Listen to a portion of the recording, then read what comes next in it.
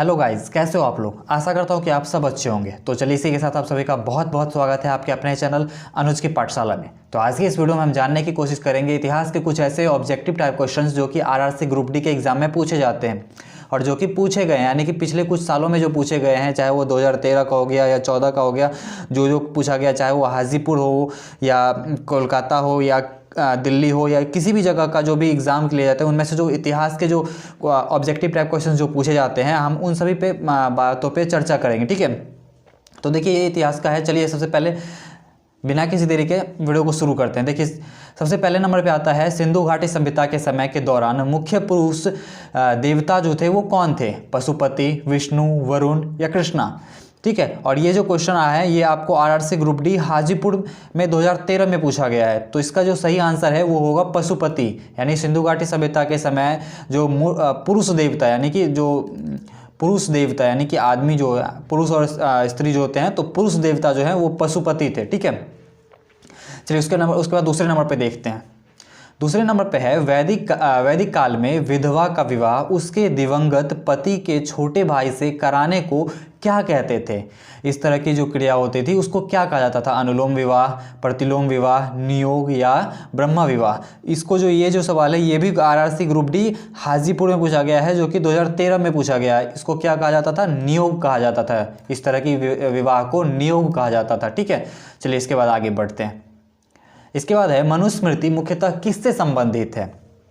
धर्म से, कानून से, अर्थशास्त्र से या शासकीय कला से। ठीक है, तो ये किससे संबंधित है? तो ये जो सवाल है ये आपसे, ये भी हाजीपुर 2013 में पूछा गया है आरआरसी ग्रुप डी में, जो कि कानून है, यानी मनुस्मृति जो है वो कानून से संबंधित है। ठीक है, चलिए इसके बाद देखते हैं, जब सिकंदर ने भारत पर आक्रमण किया था तो मगध के जो शासक थे वो कौन थे? हर्यक, उसके बाद है शिशुनाग, उसके बाद शिशुनाग, तीसरे नंबर पे नंद और चौथे नंबर पे मौर्य। इन चारों में से कौन थे? तो उस समय के जो शासक थे, मगध का जो शासक था वो नंद था। ठीक है, तो चलिए इसके बाद आगे वाले सवाल पर, तो और ये भी जो है हाजीपुर 2013 में पूछा गया है। ठीक है, आरआरसी ग्रुप डी का। चीनी यात्री ह्वेनसंग का स्पेलिंग लिखने में थोड़ी सी दिक्कत आ गई है। चीनी यात्री ह्वेनसंग ने किस विश्वविद्यालय में अध्ययन किया था, यानी कौन से विश्वविद्यालय में अध्ययन किया था जो कि चीनी यात्री था? तक्षशिला, विक्रमशिला, मगध या नालंदा। तो वो चीनी यात्री ह्वेनसंग जो है उन्होंने नालंदा में आकर के अध्ययन किया था। ठीक है, ये भी आरआरसी ग्रुप डी का पूछा गया है, वो जो कि हाजीपुर से पूछा गया है। ठीक है, इसके बाद ये क्वेश्चन देखते हैं, बुद्ध की मृत्यु जो है वो किस रूप में मानी जाती है? पहले नंबर पे है परित्याग, उसके बाद है दूसरे नंबर पे धर्मचक्र परिवर्तन, तीसरे नंबर पे आता है महापरिनिर्वाण और चौथे नंबर पे आता है निर्वाण। तो यानी बुद्ध की मृत्यु जो है वो महापरिनिर्वाण के रूप में माना जाता है। ठीक है, उसके बाद नेक्स्ट क्वेश्चन है, चंद्रगुप्त मौर्य किसका संरक्षक था? यानी कि चंद्रगुप्त मौर्य जो है वो किसका संरक्षक था?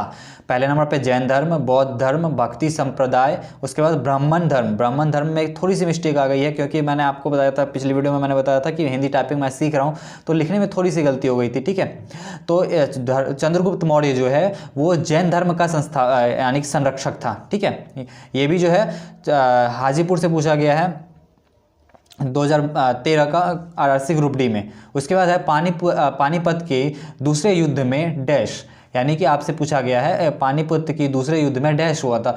तो हेमू बैरम खान से पराजित हुआ था। हेमू जो है वो बैरम खान से क्या हुआ था? पराजित हुआ था पानीपत के दूसरे युद्ध में। ठीक है, उसके बाद नेक्स्ट क्वेश्चन पे हम लोग पढ़ते हैं, प्राचीन संस्कृत व्याकरण पुस्तक अष्टाध्यायी यानी प्राचीन संस्कृत व्याकरण अष्टाध्यायी की रचना किसने की थी? पाणिनि, जयदेव, सूरदास, सुश्रुत। ठीक है, तो इसका जो आंसर होगा वो पाणिनि होगा। चलिए इसका अगला क्वेश्चन देखते हैं, सोमनाथ मंदिर को किसने लूटा था? सोमनाथ मंदिर जो है उसको किसने लूटा था?